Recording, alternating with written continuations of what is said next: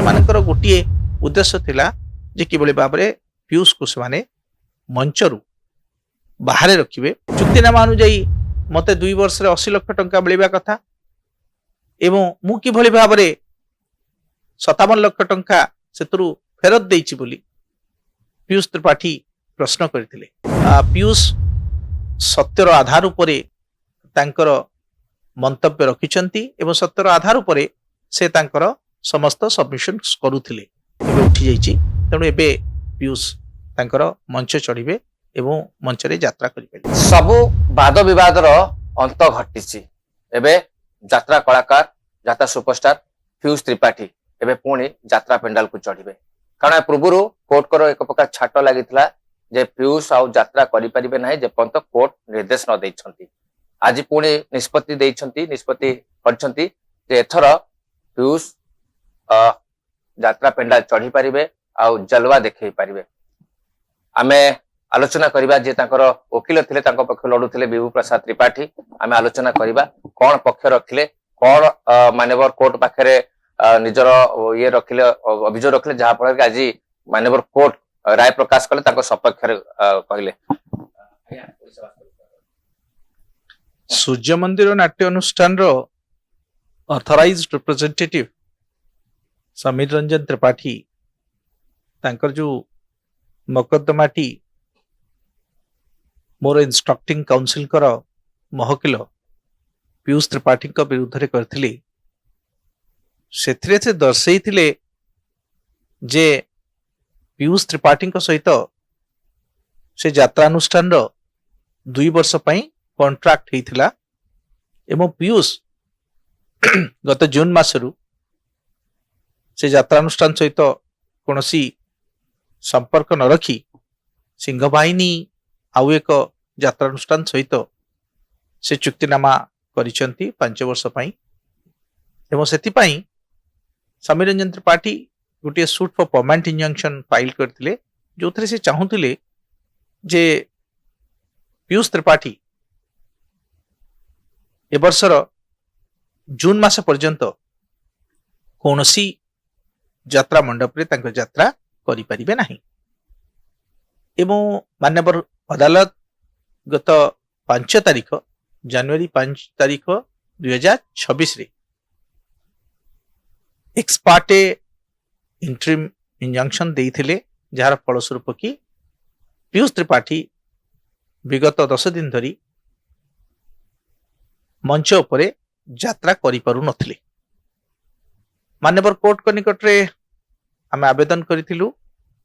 ଯେ ପିୟୁଷ ତ୍ରିପାଠୀଙ୍କୁ ଏ ଯାତ୍ରାରେ ପୁଣି ପରମିଶନ ଦେବା ଲାଗି ଯାତ୍ରା କରିବାର, ଯାହାର ଫଳସ୍ୱରୂପ କି ମାନ୍ୟବର କୋର୍ଟ ବର୍ତ୍ତମାନ ପୂର୍ବରୁ ଦେଇଥିବା ରହିତାଦେଶକୁ ଉଠେଇ ଦେଇଛନ୍ତି। ସିଭିଲ ଜଜ୍ ଜୁନିୟର ଡିଭିଜନଙ୍କ ପକ୍ଷରୁ ଦିଆଯାଇଥିବା ଏ ରାୟ ଫଳରେ ପିୟୁଷ ତ୍ରିପାଠୀ ବର୍ତ୍ତମାନ ଯାତ୍ରା ମଞ୍ଚରେ ପୁଣି ତାଙ୍କର ଅଭିନୟ କରିପାରିବେ। କଥା ବୁଝିବାକୁ ଚାହୁଁଛୁ ଯେ ଯୋଉ ଗୋଟେ କଥା ଯାତ୍ରା ଅପେରା ସୂର୍ଯ୍ୟ ମନ୍ଦିରର ଓନର ଯେ ପ୍ରମୋଦ ପାଇଁ ଗୋଟେ କେସ୍ କରିଥିଲେ, 2 ବର୍ଷ ତାଙ୍କ ପାଖରେ ଗୋଟେ ଚୁକ୍ତି କରାଯାଇଥିଲା, 2 ବର୍ଷ ପର୍ଯ୍ୟନ୍ତ ସେ ଆଉ କୌଣସି ଯାତ୍ରା ପାର୍ଟିକୁ ଯାଇପାରିବେ ନାହିଁ। ଯେହେତୁ ଖିଲାପ କଲେ ତାଙ୍କ ବିରୋଧରେ এই ଅଭିଯୋଗ ଆସିଥିଲା। ବାସ୍ତବରେ ଏଇ ଯୋଉ 2 ବର୍ଷ ଚୁକ୍ତିଟା କେତେ ସତ ଥିଲା, ଏଇ ଘଟଣାରେ କେତେ ସତ ଦେଖୁଛନ୍ତି? ମୋର ମହକିଲଙ୍କର ଯାହା ନିର୍ଦ୍ଦେଶ ଥିଲା, ମୋର ମହକିଲ କହିଥିଲେ ଯେ ସେଭଳି କୌଣସି ଚୁକ୍ତିନାମା କେବେ ଦସ୍ତଖତ କରିନାହାନ୍ତି ଏବଂ ଚୁକ୍ତିନାମାଟି ହେଉଛି ଗୋଟିଏ ଫୋର୍ସ ଡକୁମେଣ୍ଟ ବୋଲି। ସେ ଏକଥା ମଧ୍ୟ ଦର୍ଶାଇଥିଲେ ଯେ ଯଦି ମୁଁ କୌଣସି ଚୁକ୍ତିନାମା କରିଛି ତାହେଲେ ଚୁକ୍ତିନାମା ଅନୁଯାୟୀ ମତେ 2 ବର୍ଷରେ 80 ଲକ୍ଷ ଟଙ୍କା ମିଳିବା କଥା ଏବଂ ମୁଁ କିଭଳି ଭାବରେ 57 ଲକ୍ଷ ଟଙ୍କା ସେଥିରୁ ଫେରତ ଦେଇଛି ବୋଲି ପିୟୁଷ ତ୍ରିପାଠୀ ପ୍ରଶ୍ନ କରିଥିଲେ। ତେଣୁ ଏଥିରୁ ସ୍ପଷ୍ଟ ଅନୁଭବ ହେଉଥିଲା ଯେ ପିୟୁଷ ସତ୍ୟର ଆଧାର ଉପରେ ତାଙ୍କର ମନ୍ତବ୍ୟ ରଖିଛନ୍ତି ଏବଂ ସତ୍ୟର ଆଧାର ଉପରେ ସେ ତାଙ୍କର ସମସ୍ତ ସବମିଶନ କରୁଥିଲେ ଏବଂ ଅପର ପାର୍ଶ୍ୱ ଗୋଟିଏ କପଳକଳ୍ପିତ ଭିତ୍ତିହୀନ ଉଦ୍ଦେଶ୍ୟ ପ୍ରଣୋଦିତ ଭାବରେ ତାଙ୍କର ଏଇ ଯୋଉ କନକୋଟେଡ ଷ୍ଟୋରିଟିଏ ତିଆରି କରିଥିଲେ, ଯାହାକି ମାନ୍ୟବର କୋର୍ଟଙ୍କ ନିକଟରେ ପ୍ରତିପାଦିତ କରାଯାଇଥିଲା ଯେ एई पिटिशन टी केवल पीयूष त्रिपाठी को यात्रा मंचरू रखिबा पई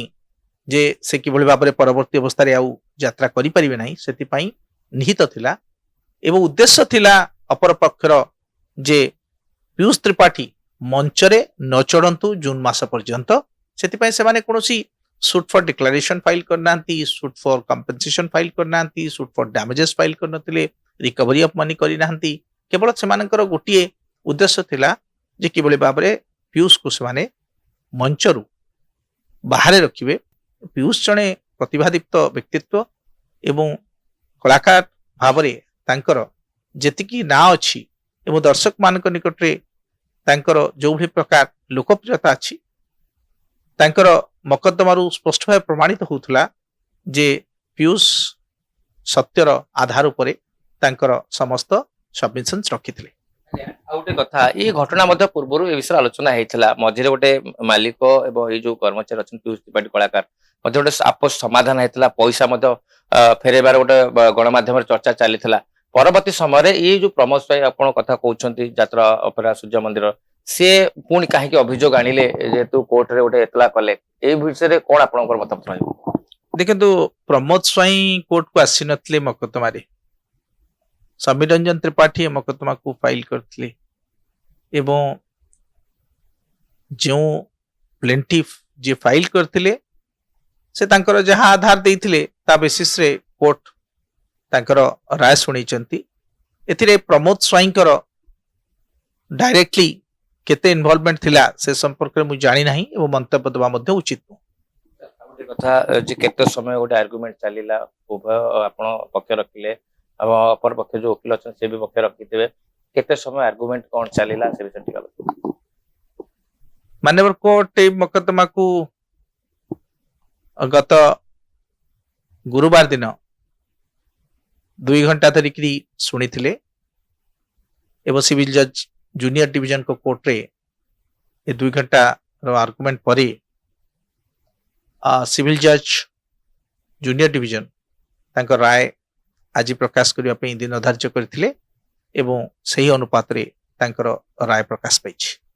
ये जो वर्तमान जो केस टी चली ए केस चलिबो ना केस एठी क्लोज हला ना गोटे कथा केवल यात्रा पेंडाल चढ़ी पारिए बोली पीयूष मानवर अदालत राय प्रकाश करछु सिविल जज जूनियर डिवीजन रे सिविल सूट टी पेंडिंग अछि किंतु जो इंटरिम ऑर्डर हितला मध्यवर्ती कालीन आदेश टी हितला से मध्यवर्ती काल आदेश टी एबे उठी जाइछि तणु एबे पीयूष तांकर मंच चढ़िबे एवं मंच रे यात्रा करि परिबे केस किंतु चलिबो सिविल जज जूनियर डिवीजन रे सिविल सूट टी चलिबो आसंता जून मास पर्यंत ए सिविल सूट रो अछि जो टाइम कारण चुक्तिटा जून मास पर्यंत ही रही मास परे ये टोटली कंप्लीटली केस ऊपर जा गोटे आधार ये एबे पीयूष तांकर यात्रा करिवे मो परवर्ती अवस्था रे हम आशा करिवु जे सब केस मध्ये सरी निहत भाव आप शुणुले पीयूष को वकिल बा एडवोकेट थिले विभु प्रसाद त्रिपाठी बड़ कथा होची जे क्यों भली भाबे पीयूष को जो चुक्तिनामा हैतला से चुक्तिनामा केते सत्यता ता भीतर थिला ता मध्ये खोली कहिले बड़ कथा होची आज मानवर कोर्ट बा मानवर अदालत जो राय प्रकाश करछंती